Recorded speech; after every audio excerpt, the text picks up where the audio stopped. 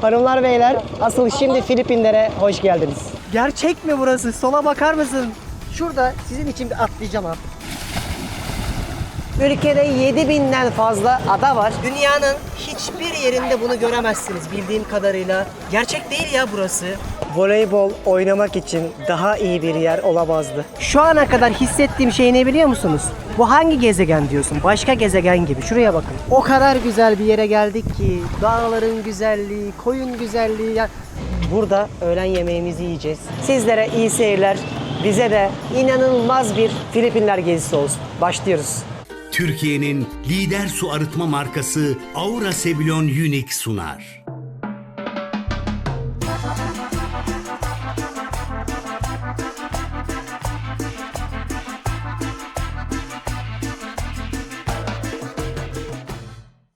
Hanımlar beyler, ben Deniz Pehlivan.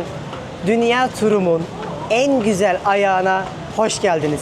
Arkamdaki kaosa aldırış etmeyin.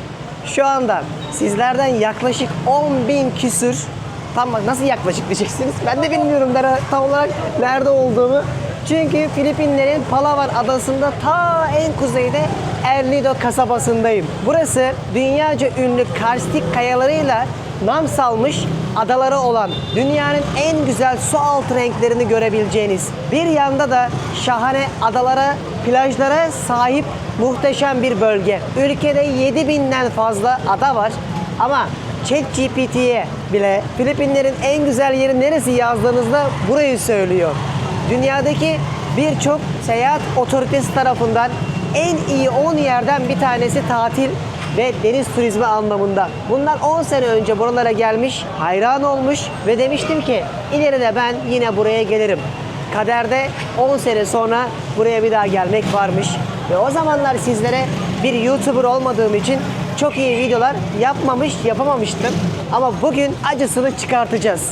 O yüzden sabah saat 7'sinde kalktım. Bu kaos beni karşıladı. Hepsini anlatacağım sırayla. Ve birazdan teknemize bineceğiz. Akşama kadar bizi gezdirecekler. Harika yerler göstereceğim. Bana muhtemelen Denizciğim çok teşekkür ederiz, varlığından bile haberdar değildik diyeceğiniz yorumları şimdiden garanti ederek videonun girişini yapıyorum. Ama her zaman ne yapıyoruz böyle yerlerde videoya başlamadan önce?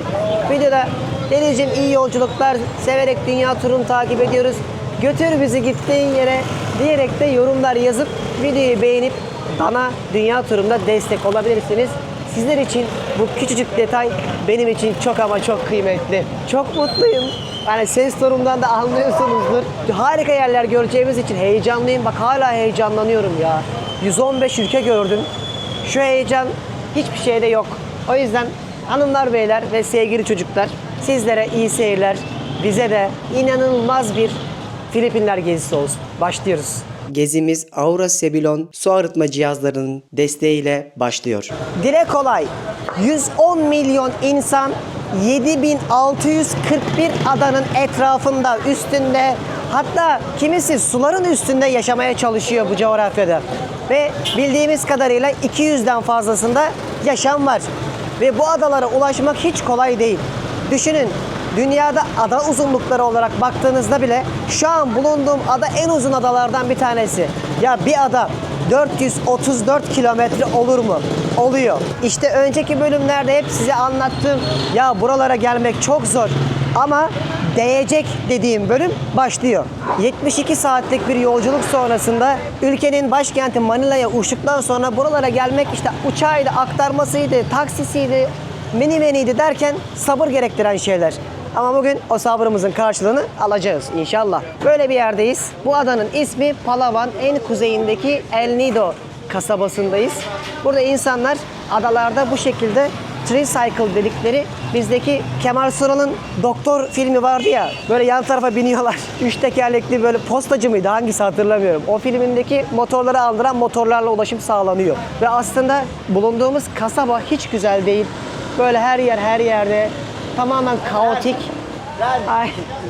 Ama adalar hepsine değecek.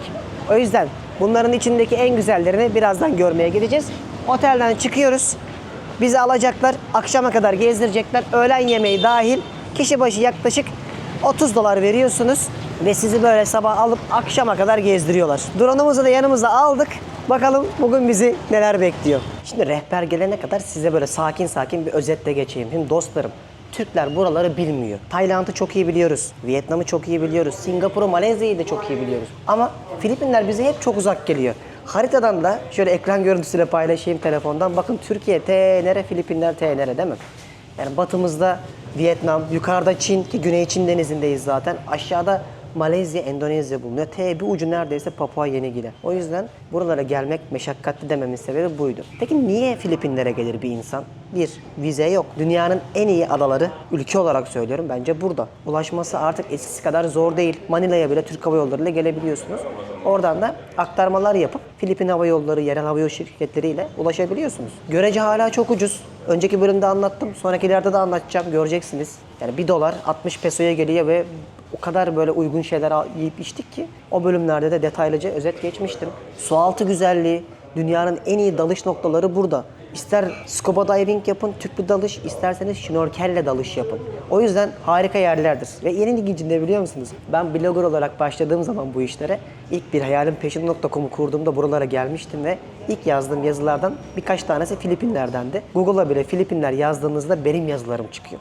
El Nido gezisi yazdığınızda benim yazılarım çıkıyor. Yani o zamanlar anlatmışım ya. O yüzden benim için de aynı zamanda bu hiç gurur meselesi. Çünkü Türkçe içerik olarak sizlere de rehber olsun diye çok uğraşmışım. Bu videolara da eğer böyle güzel bir entegre edersek hepinize faydalı içerikler olacak. Rehberimizi bekliyoruz. Bizi otelden alacak. Hem sizlere anlatacağım, hem göstereceğim, hem rehberler çıkaracağım. Hem de anlattığım her şeyi otellerine kadar açıklamaya bırakırım. Oradan bakarsınız. Çünkü oradan hepiniz de birer kaynak olarak rehber niteliğinde içeriklerime yönlenmiş olacaksınız. Bekliyoruz. Ben şu haldeydim. Ama gezi ve çok güzel yerlere gideceğimizi bildiğim için enerjim bir anda tavan oldu. Şimdi rehber gelsin, bizi alsın, sonra devam.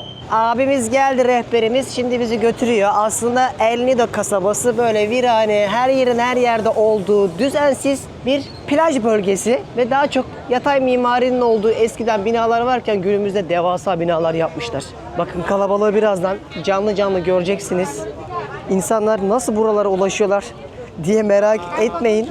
Artık o kadar turizm gelişmiş ki adalar arasında bile çok hızlı feribotlar koymuşlar. Özel pırpırlı uçaklar var ama bilet bulamıyorsunuz. Şuraya bak. Tekneye binmeye çalıştığımız El Nido limanı burası. Çok saçma bir sistem var burada. Yani para verip tekneye bineceğiz. Her şey dahil diyorlar. Sonra gidip böyle ayakkabı kiralatıyorlar. Neden ayakkabı kiralıyoruz? Çünkü resifler ve taşlık bölgeler var. Ayaklarımız kesilmesin diye. Çok derin yaralar olabiliyor. Gerçi buna da 100 peso veriyorsunuz. $1,5 bile değil. Şimdi böyle maskeler de var ama ben bunları sevmiyorum. Şnorkel olarak dalış yaparken full canlı olanı istiyorum. Çünkü her yeri daha net görebiliyoruz. He's gonna arrange us full screen masks now. Yeah, this is our guide. He's Carlo, our guide from Jamaica. Hi, everyone. Çok tatlı insanlar, hep 32 dişler. Onu da hallediyoruz. Sonra devam. Sabah saat 9 ama enerji full. Yeah, one For two. Keep it. yeah. Bunsuz hayatta dağılmam. Birazdan ne demek istediğimi anlayacaksınız. Bu sayede çok geniş bir şekilde resifleri görebiliyorsunuz. Bak en ince detaya kadar anlatıyorum. Hala yorum yazmadıysan valla büyüklerin de olsanız kalbim kırılır ha. Küçüklerime zaten biliyorum yazacaklarını. Bu bizim bu akşama kadarki aslında gözlerimiz olacak. 320, 220. Şu anda El Nido limanındayız. Burası yüzmek için çok güzel bir yer değil. Hatta çoğu zaman bu sular çekiliyor. Ve bu gördüğünüz tekneler böyle yalpalı tekneler yanlarında. Neden böyle diyeceksiniz? Çünkü aşağısı derin değil teknenin. Niye? Resiflere çarpmasın diye. O kadar önem veriyorlar. Birçok yere böyle tekneler giremiyor. Bunun en büyük temel sebebi teknenin altı resiflere vurduğunda su altı canlılığını öldürüyor ve resif canlılıkları biterse dünya biter. Çünkü birçok ekosistemin temel yapı taşlarından bir tanesi. O yüzden böyle yüzlercesi farklı yerlere bizi götürecek. Şimdi burada 4 ana gidilecek tur var ve bu tur noktalarını aynı farklı bölgeler gibi düşünün. A, B, C, D diye ayırmışlar. Bunların içindeki en güzeli A ve C. Diğerleri de güzelmiş de en iyisi bunlarmış. Öncelikli olarak bunlara gidin derler. Biz şimdi A'yı aldık. Sonraki günlerde inşallah C'yi de yapacağız. Birazdan bu teknelerle bizi alıp şu karşıdaki 2 katlı teknemize götürecek. Çok güzel görünüyor. Ben de hiç böyle bir tekneyle gezmedim daha önce. Çünkü yukarıdan da aynı zamanda böyle manzaraları görerek, o resiflerin renk cümbüşünü görerek gideceğiz. Ne konuştum ya. Bazen anlatırken çok yoruluyorum. Let's go. Düşüyordum ya. Verdim kamerayı çeksin. Anlatıyor o da. Vloguma hoş geldin diyor. Hello. Eyvah benim kanal gitti. Hanımlar beyler, asıl şimdi Filipinlere hoş geldiniz. Kaptan Jack Sparrow. Şu dağların güzelliğine bakın. Bir yanda zümrüt yeşili bir deniz. Ne güzel yerler var dünyada. Bugün 5 ada görecekmişiz. Şimdi hepsini anlatıyor. Yaklaşık 30 kişiyiz. Gayet güzel, temiz bir teknedeyiz. Heyecan dorukta. Burçin Hanım da bizlerle. Keyfi de çok yerinde. Aç kalacağız diye yanına tarhana çorbası getirdi. Hadi bakalım yolculuk başlıyor. Yolculuğumuz başlamış bulunmakta dostlar. Sizler çayları, çekirdekleri koymuşsunuzdur. Afiyet olsun. Günün beni artık hangi saatinde izliyorsanız. Kahvaltıdaysa orada da afiyet olsun. Ama bu yolculuklarda insanın en çok canı ne çekiyor? Dayanamayacağım, söyleyeceğim artık. Yeşil zeytin yok. 3 ay oldu. Ne zeytin ne peynir yüzü gördük. Ama ruhumuzu bu güzelliklerle doyuruyoruz. Şimdi El Nido'dan çıktık. Böyle çok yüksek dağlar sizi karşılıyordu bu liman kısmında. Ve solunuza şu tepeleri alıp bu teknelerle gidiyorsunuz. İsterseniz şuralarda ağları germişler. Yatağa manzaranın tadını çıkartıyorsunuz. Güzel bir yolculuk olsun. Titanic bu pozu da tura dahilmiş. Böyle öne geçip poz verdirtiyorlar. Güzel insanlar ya, ben Filipinlileri çok sevdim. Sizler de çok seversiniz eminim.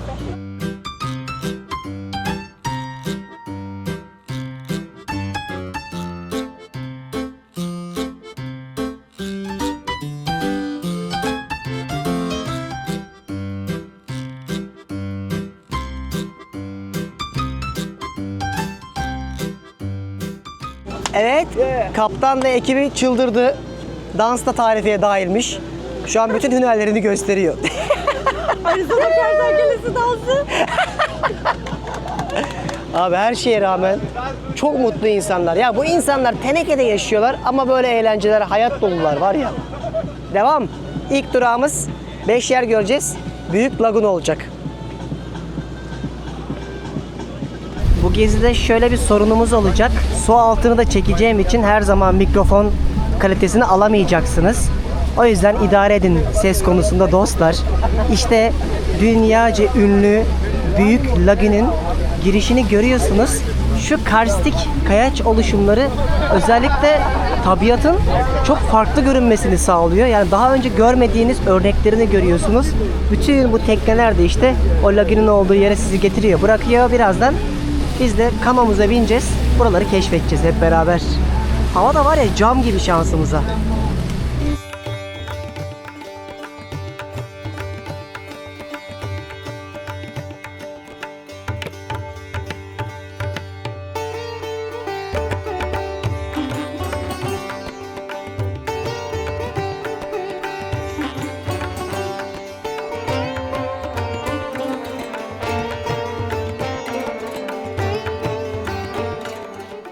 Allah'ım, muhteşem bir hava, harika bir tabiat. Az önce drone'da uçurdum. Sizler de izleyin diye. Tekne geliyor, Burçin tut şunu. Koş. Allah. Şimdi Big Lagoon'un içine gireceğiz. Böyle kanoları kiraladık. Devam ediyoruz. 45 dakika buradayız. Burçin, ne yapıyorsun Burçin? Gerçek mi burası? Sola bakar mısın? Valla sen çek. Hep konuş. Ben anlatırsam inanmazlar. Al. Sen anlat. İlk ağızdan. Al çeker. Bence şu anda rengi görünüyor mu? İnsanın gözüyle gördükleri arasındaki farklı. Hangi deniz daha iyi? Tayland mı? Vietnam mı? Kesinlikle deniz konusunda Filipinleri hiçbir yer geçemez. Bu nasıl bir renk?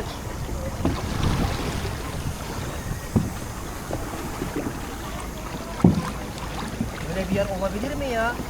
Çok güzel. Ya dağlara baksana, nerede bulacağım böyle bir şey?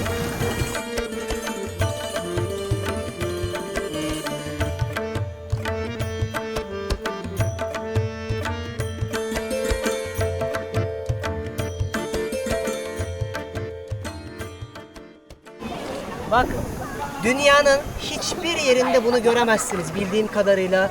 Gerçek değil ya burası. Yani abarttığımdan 1000 kat daha iyi. Yorumu sen de yapar mısın? İnanılmaz bir yer. Kesinlikle bence insanların hayatı boyunca bir kere gelmesi gereken bir yer diye düşünüyorum. Çünkü ben de ilk defa geliyorum. Sen daha önce gelmiştin. Öncesinde övüyordun ya, ben bu kadarını beklemiyordum. O yüzden dünyaya boşa gezmedik. Bir hayalin peşinde. Devam! Çek küreği. Kameracı. Şuranın güzelliğine bak Burki. Şu anda teknemizi park ettik. Yüzme molası veriyoruz. Pardon, kanomuzu daha doğrusu. Bulunduğumuz ortam bu. Yazın abi yorumlara. Abilerim, ablalarım, sevgili çocuklar. Haklı mıymışım, haksız mıymışım? Dediğim kadar var mıymış? Şuranın netliğine bakın. Cam gibi pırıl pırıl da bir denizleri var.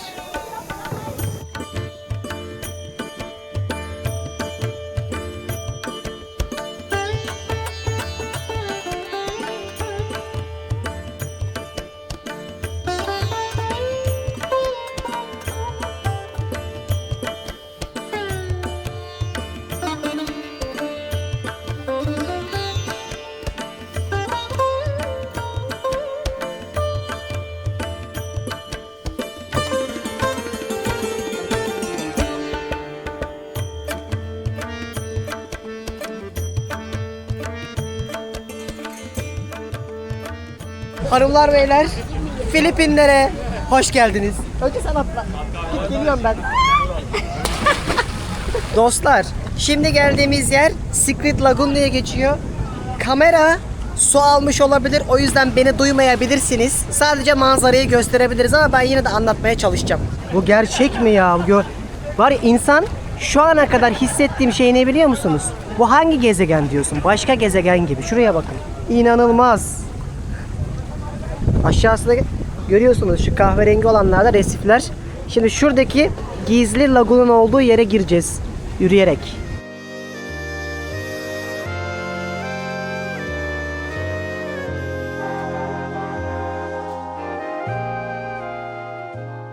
Buralar gerçekliğin ötesinde yerler. Böyle bir şey olabilir mi ya? Nasıl bir sıfat kullanacağımı artık bilemiyorum. Şu sağa bakın mesela. Ve hiçbir yapılaşma yok.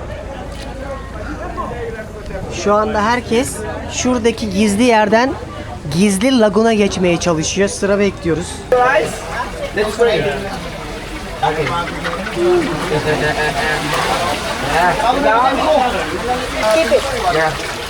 Hey guys, so here the secret lagoon, our guest.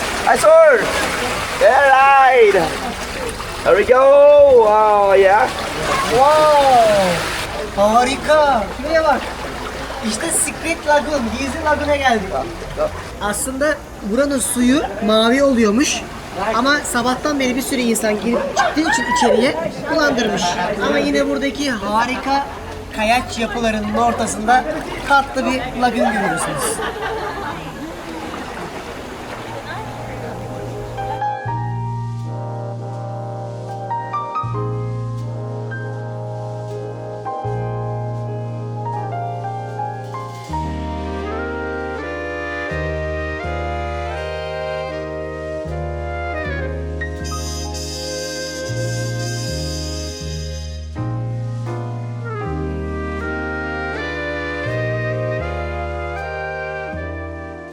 Beş dakikamız varmış.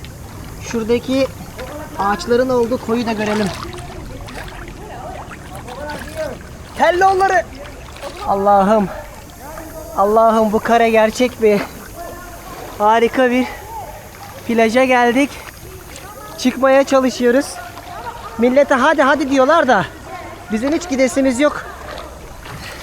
Dedim kardeşim bekleyin 10 dakika. Ölmezsiniz. Burayı çekmeden gitmem dedim. Ayrıca burayı hatırlıyorum. Çok güzel bir yerdi. O yüzden gelmişken burayı da görelim.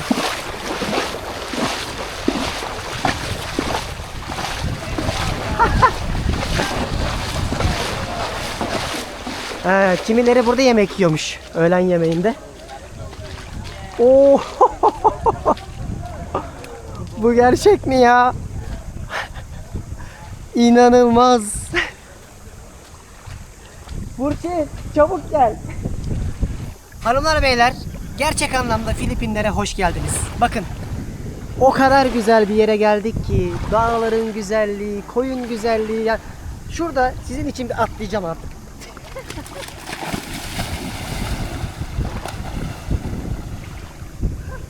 Sen de mi yüzüyorsun Jonathan? O bile sıcaktan etkilendi. Çok sıcak değil mi? Kendini sulara attı köpek de baksana.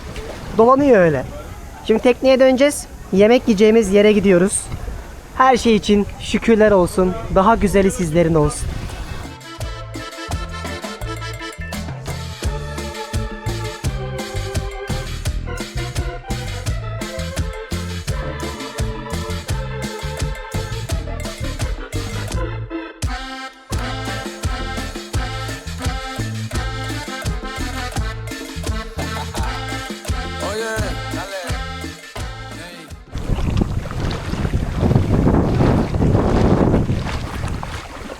Yani böyle yerlerin varlığından haberdar mıydınız bilmiyorum ama şu kadarcık da rehber olduysam ne mutlu bana. Öyle güzel yerler gördük ki her seferinde bir üstüne koyuyor. Yani Tayland, Bali, Malezya, Vietnam hepsi hikaye. Bakın öğlen yemeği yediğimiz yere getirdikleri yere bakın. Burada öğlen yemeğimizi yiyeceğiz. Bu gördüğünüz renklerinde hepsi gerçek arkadaşlar. Şahane bir yolculuk oluyor. Ne diyeceğimi bilemiyorum. Şu anda yemek yemeye böyle bir yere geldik. Balık falan yapmışlar ama ikinci kattan da size bir manzarayı göstermek istiyorum. Yani bazı yerler var, insan gittiğinde neyi çekeceğini şaşırır. Hani bunu büyük şehirlerde çok hissetmezsiniz. Daha böyle tabiat olan yerlerde. Burası öyle bir yerdi işte. Yani ben hangi dağı, hangi denizi, hangi detayı çekeceğimi şaşırdım. Buyurun. Şöyle bir ortamımız var.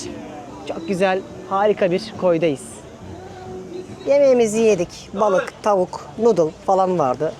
İşte yani o konuda çok eksikler. Daha çok yolları var. O yüzden bir şekilde karnımızı doyduk. Buna da şükür burada çok kalmayacağız. Buranın ismi Shimizu Adası'ydı. Yemeği yedikten sonra hemen ayrılmamız gerekiyor. Çünkü en güzel yerlerden bir tanesine dalış yapmaya gideceğiz artık. Enerjiyi aldıysak devam.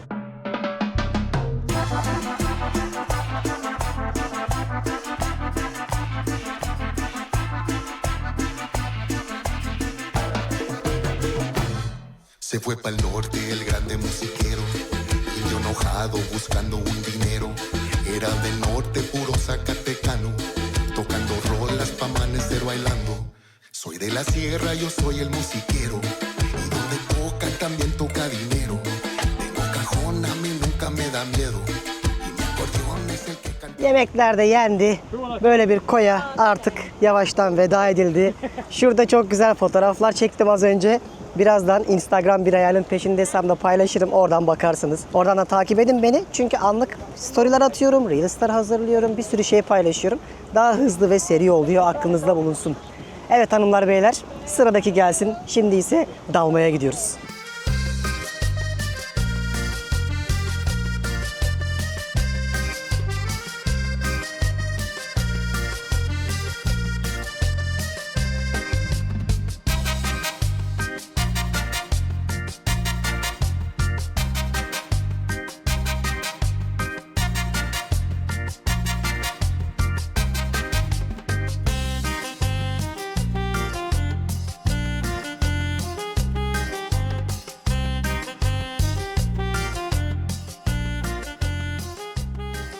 İşte en güzel yerlerden birine geldik.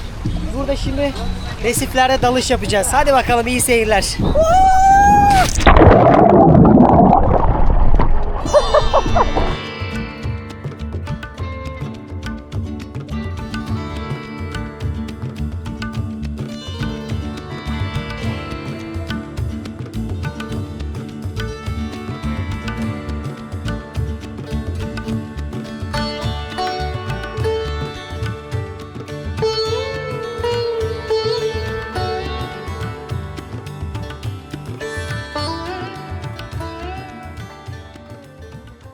Ve günün son durağına geldik. Seven Commanders adası. Bayılacağız hazırsanız.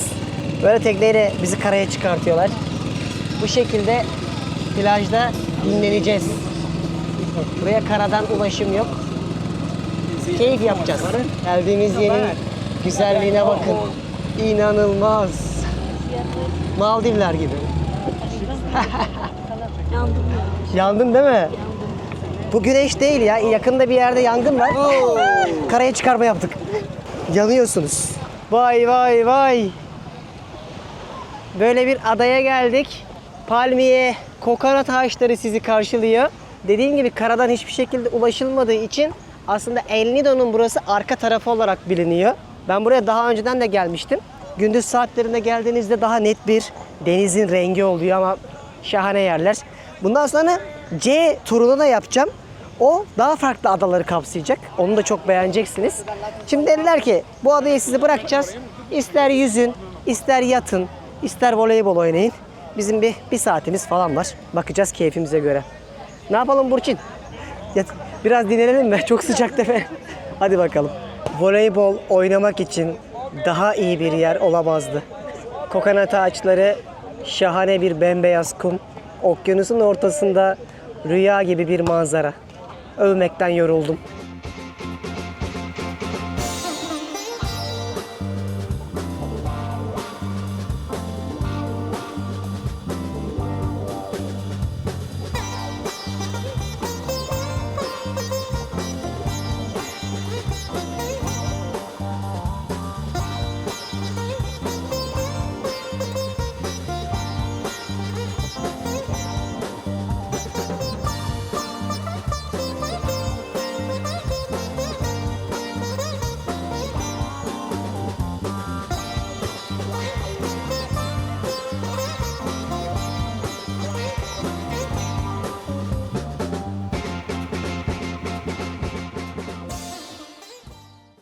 El Nido'ya döndük. Aslında böyle bir yer El Nido ve akşamüstü gün batımı görmüyorsunuz yan tarafta çünkü devasa bir dağ var. Turdaki manzaralar şahane ama beni biliyorsunuz ben doğruya doğru yanlışa yanlış derim. 10 yıldır bu işi yapan bir kardeşiniz olarak tekne kötüydü, çok kalabalıktı. Böyle direkt plaja ulaşamadığımız için sürekli gittiğimiz yerlerde bizi aradaki küçük teknelerle ulaştırmak zorunda kaldılar. Yemek yiyorsun, ayakta yiyin falan yani saçma sapan bir durum oldu. Benim önceki yıllarda gittiğim turlar daha iyiydi. Birazcık otelin önermesinin gareyanına geldik. O yüzden büyük tekneyle gitmeyin. Benden size öneri. Hatta aç kaldık. Açım yani ben. Manzaralar doyuruyor bir yere kadar ama el ayak titreyince anlıyorsun. Şimdi kasabamıza geri döndük. Böyle denize sıfır bir yerde mangal kokularını duyunca koştura koştura geldik. Bakın burada etler, tavuklar, mavuklar var ama şurada midyeler, yengeçler, devasa karidesler elimden büyük. Bu mesela 3000 peso. Ne yapayım? Onu mu çekeyim? Crab? You like it? Delicious? Good. What's your name? Please. Ben Deniz. Pleased to meet you. Enjoy it. Çok tatlı insanlar. Çocukları da onlar da gibi tatlı. Burada envai çeşit balık var zaten. Buralarda balık fışkırıyor. Şurada kömür kokusunu duydum. Dedim ki ne kadar kötü olacak. Cook my fish good please. Ölüyorum açlıktan. O yüzden diyorum ya size buralarda denizden deniz mahsulü fışkırıyor. Bakar mısınız ıstakozlara falan? Kırmızısından mavisine özellikle deniz mahsulünü sevenler şu anda biliyorum birazdan daha doğrusu ekrana ekmek banacak ve burada fiyatlar gayet uygun. Yani Tayland'dan yarı yarıya daha uygun. Belki daha fazla uygun ya. O kadar fark etti. Hayır, bu da bizim teknedeyle delinin biri. Take care. See you. Burası da ara sokaklar. Geçen bölümde gecesini göstermiştim. Şurada gece hayatı falan da var. Belki akşam gösteririm ya da bir sonraki bölümde. Çok açım. Ortam bu. Her şeye rağmen yaşamak güzel. Mekana bak mekane. Ama bir perişan Burçin mahvoldu sıcaktan. Böyle bir yerde akşam yemeği yiyeceğiz. Şuraya da güzel bir güneş vuruyor. Olsun. Her şeye rağmen karnımızı doyuracağız. Balık söyledik, karides söyledik, kalamar söyledik. Ortaya karışık bir de salata yaptırdık. Yemeğimizi yiyeceğiz. Fiyatlar da o kadar uygun dediğim gibi. Yani şöyle bir balığı 10 dolara falan yaklaşık olarak yiyebiliyorsunuz. Ve bazı balıklar hakikaten çok güzel. Bu onlardan biriydi. İsmini hiç bilmiyorum. Çok iyi. Günün en güzel anı. Sabah erkenden kalkmışsın. Akşama kadar dolu bir gün geçirmişsin. Şimdi yemeğini yiyeceksin. Birazdan ıslak havluları da balkona asacaksın. Yaz keyfi harika ya. İnşallah sizler de her zaman bu güzellikleri yaşarsınız. Rehber olabiliyorsam ne hala. Zaten açıklamaya da bütün bu kaldığım oteli, gezi önerilerimi, web sitemdeki yazılarımı, hatta beni de gezdirin de siz de gidip bizim yaptığımız bütün gezi rotalarının önerilerinden Phuket, Prag, Amsterdam, Budapeşte gibi yerleri gezebilirsiniz. Binlerce insan satın aldı. Bu şekilde çok dev rehberler hazırladık. Hani YouTube videosu bile bir yere kadar insanı götürür. Ama beni de gezdirin de biz ilmik ilmik işledik ve her şeyi Sezer'le beraber anlattık. Oradan da bakarsanız yaz gelmeden çok da işinize yarar. Afiyet olsun. Bu hak edilmiş bir yemek olacak. Vay be, ne gündü. Gerçekten arkadaşlar bugün yattığım yeri beğenirim. O yüzden kapanışı böyle sakin bir yerden yapıyorum. Bilmiyorum, ister beğendiniz ister beğenmediniz. Ben elçiyim. Size dünyada böyle güzelliklerin olduğu, mavinin yeşilin bambaşka tonlarını görebileceğiniz çok özel ve güzel bir yer gösterdiğimi düşünüyorum. Yine söylüyorum, açıklamada tüm detayları bırakacağım. Buraya nasıl gelmek istiyorsanız oraya bakın. Bence yine söylüyorum, Türkler burayı neredeyse hiç bilmiyordu. Ben de 10 sene önce geldiğim için ve vloglar yapmadığım için böyle bu sefer birazcık da takipçi kitlem fazla olunca güzel bir vlog yaparak sizlere bu coğrafyayı göstermek istedim. Güzel yorumlarınızı, videoya dair önerilerinizi, sorularınızı lütfen yorumlar kısmına yazın. Ona göre sonraki bölümlerde de yenisini çekelim. Sizlere de güzel bir gezi rehberi olsun. İzlediğiniz için teşekkürler. Bir sonraki bölümde Filipinler'den yine harika bir videoyla görüşmek üzere. Hoşçakalın. Türkiye'nin lider su arıtma markası Aura Sebilon Unique sundu.